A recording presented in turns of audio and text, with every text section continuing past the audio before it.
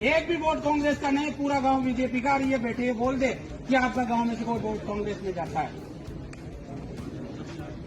क्यों? क्योंकि हमारे गांव में क्यों नहीं है सड़क में? ये पूछ रहा था तो आजादी से लेकर तक क्यों नहीं? वो बच्चियां कीचड़ से निकल के आती है। हमारे गांव वालों को क्या दोष है, मैं ये पूछना चाहता हूँ साहब। ये जो वीडियो की आपने झलक देखी है, इसमें राजस्थान के शिक्षा मंत्री मदन दिलावर मंच पर मौजूद हैं और जो व्यक्ति शिकायत कर रहा है वो बीजेपी का कार्यकर्ता है। मंत्री जी की ऐसी बैंड बजाई कि मंत्री जी हाथ में माइक लेकर खामोश हो गए और सोच में पड़ गए कि आखिर जवाब क्या दूं। इस वक्त मंच पर कई बीजेपी के बड़े नेता मौजूद थे, जिसमें मंत्री दिलावर मौजूद थे, कन्हैयालाल चौधरी मौजूद थे, राजेंद्र गुर्जर जो विधायक हैं वो मौजूद थे और साथ में सुखवीर सिंह जौनपुरिया भी थे। लेकिन किसी की इस व्यक्ति को जवाब देने की हिम्मत तक नहीं हुई, क्योंकि इसने ऐसे मुद्दे को उठाया है जिसका जवाब शायद इन तमाम नेताओं के पास नहीं था। बातचीत विस्तार से इस वीडियो पर भी करेंगे, लेकिन उसके अलावा राजस्थान में कई दिन से पुलिस वर्सेज वकील चल रहा है और ये दोनों ही महत्वपूर्ण हिस्सा है लोगों को न्याय दिलाने का। लेकिन अब जिस तरीके से पुलिस का आमतौर पर रवैया देखा जाता है, जैसे ही ये वकील के साथ रवैया हुआ, जोधपुर में हड़कंप मच गया और तुरंत प्रभाव से जो एसएचओ हैं उन्हें सस्पेंड करना पड़ा, साथ में एक कांस्टेबल को सस्पेंड करना पड़ा और थाने में उस वक्त जितने भी कर्मचारी मौजूद थे सभी को तुरंत प्रभाव से लाइन हाजिर करना पड़ा। लेकिन उसके बाद एक भैंस दूसरी छिड़ गई। पुलिस महकमे में जो पुलिस कांस्टेबल हैं या पुलिसकर्मी हैं वो लगातार अपने एसएचओ पर जो कार्रवाई हुई है उसका विरोध कर रहे हैं और कह रहे हैं कि हमारा हमीर ऐसा था कि उसने जमकर विरोध किया और हमारे हमीर के साथ जिस तरह की कार्रवाई की गई है वो गलत है, लेकिन ये माननीय न्यायालय ने किया है। अब मैं उन कांस्टेबल से भी ये कहना चाहता हूं कि अगर आपके गांव देहात आपके परिवार का कोई भी सदस्य थाने के अंदर जाएगा और अगर उनके साथ इस तरह की बदसलूकी की जाएगी तो क्या आप पुलिस महकमे में होने के बावजूद बर्दाश्त करेंगे? क्या पुलिस का काम है लोगों को न्याय दिलवाना? न्याय के लिए पहली सीढ़ी पुलिस स्टेशन होती है और पुलिस जिस तरीके से भाषा शैली इस्तेमाल करती है और लोगों को डराती धमकाती है, ये बिल्कुल भी अच्छा नहीं। इन दोनों खबरों पर राजस्थान डायरी के अंदर विस्तार से चर्चा करेंगे, क्योंकि जोधपुर के बाद एक मामला उदयपुर से भी सामने आया। वहां पर वकील को जो है वो एक हेड कांस्टेबल ने थप्पड़ रसीद कर दिया और बाद में उसको भी लाइन हाजिर करना पड़ा। नमस्कार, आप देख रहे हैं लोकमत हिंदी और मैं हूं आपके साथ महेंद्र पासोद।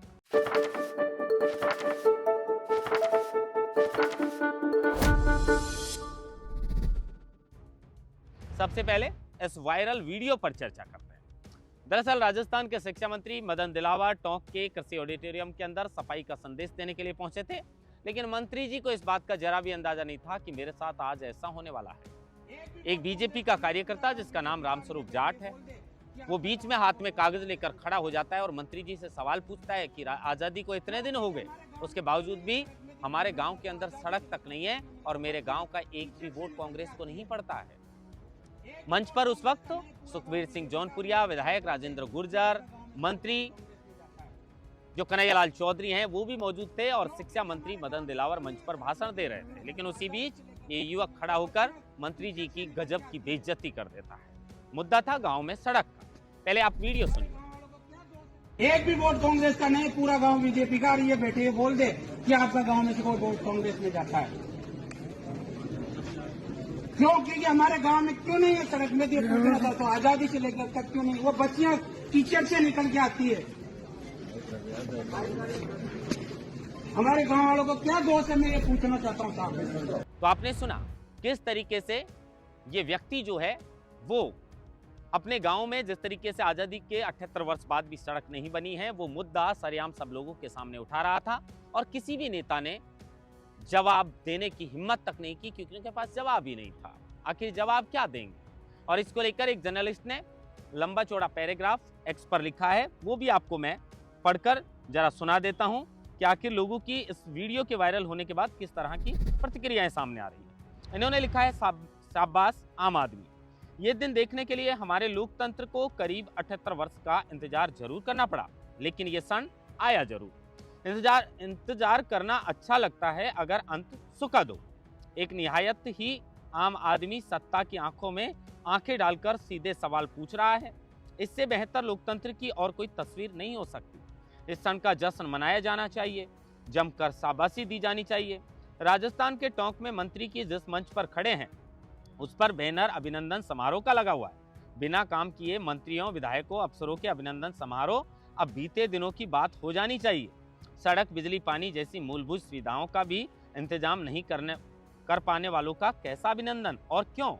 देश के समस्त आम लोगों का खुला आह्वान है, अगर आपके नेता अफसर काम नहीं कर रहे हैं तो उनसे इतनी ही बुलंद आवाज में पूछिए कि आपके यहाँ सड़क क्यों नहीं है, आपके यहाँ बिजली क्यों नहीं है, आपके यहाँ पानी क्यों नहीं है, आपके यहाँ स्कूल में शिक्षक क्यों नहीं है, आपके यहाँ अस्पताल में डॉक्टर क्यों नहीं है। अगर बिना काम किए नेताओं के अभिनंदन समारोह करते रहेंगे, सापे पहनाते रहेंगे, मालाएं पहनाते रहेंगे, तो वो इसे ही अपना काम और अपना अधिकार समझेंगे और अगर इनसे काम का हिसाब मांगना शुरू कर दिया तो फिर ये काम पर ही ध्यान देंगे। देना ही पड़ेगा। जैसी जनता होती है वैसे ही शासक भी होते हैं, होना पड़ता है और बदलना पड़ता है। देखिए, ये वीडियो सोशल मीडिया पर जैसे ही वायरल हुआ, लोगों की अलग अलग तरह की प्रतिक्रियाएं सामने आ रही हैं। अक्सर नेता कहीं भी जाते हैं तो आप देखते होंगे, जब बड़े नेता आते हैं तो सड़क के किनारे अगर गंदगी भी होती है तो वहां पर टेंट लगा दिए जाते हैं, यानी नेताजी को दिखना नहीं चाहिए।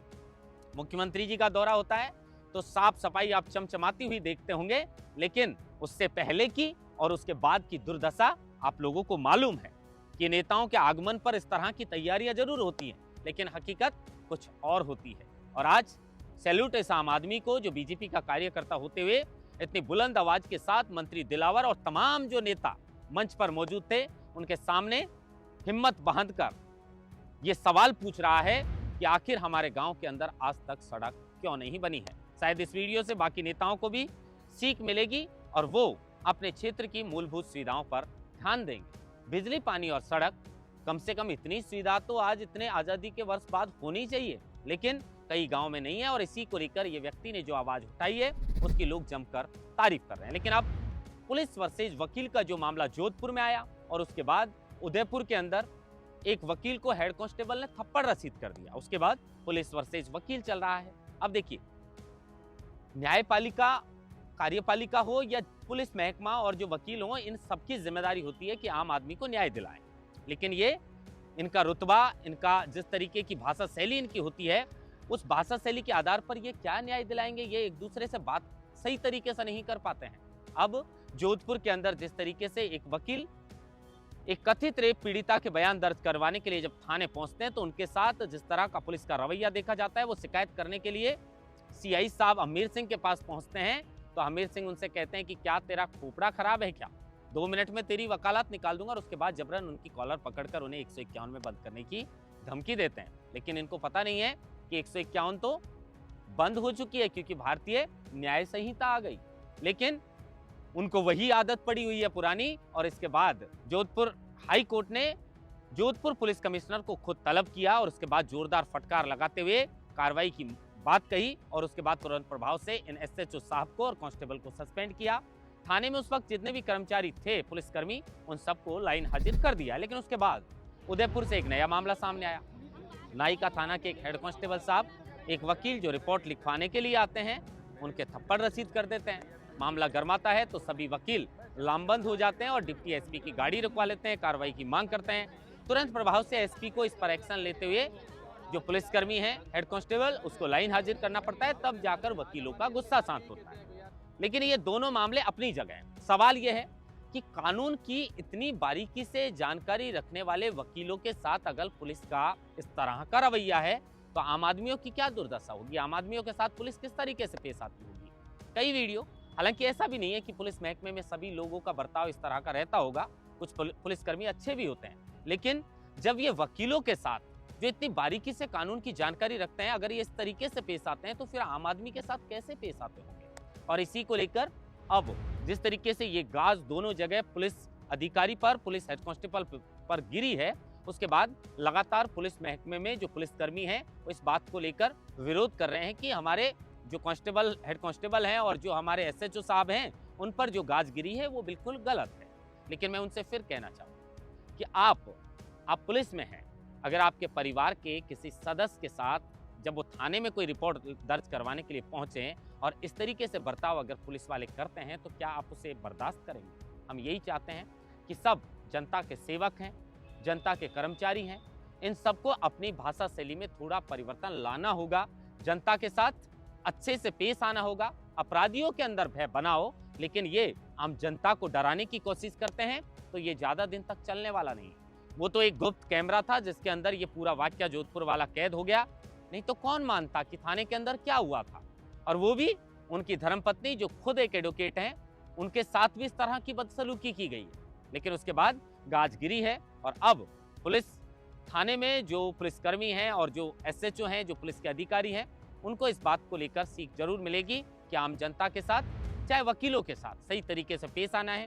क्योंकि डीजीपी राजस्थान ने स्पष्ट कर दिया है कि किसी भी पुलिसकर्मी का इस तरह का रवैया बिल्कुल भी बर्दाश्त नहीं करेंगे।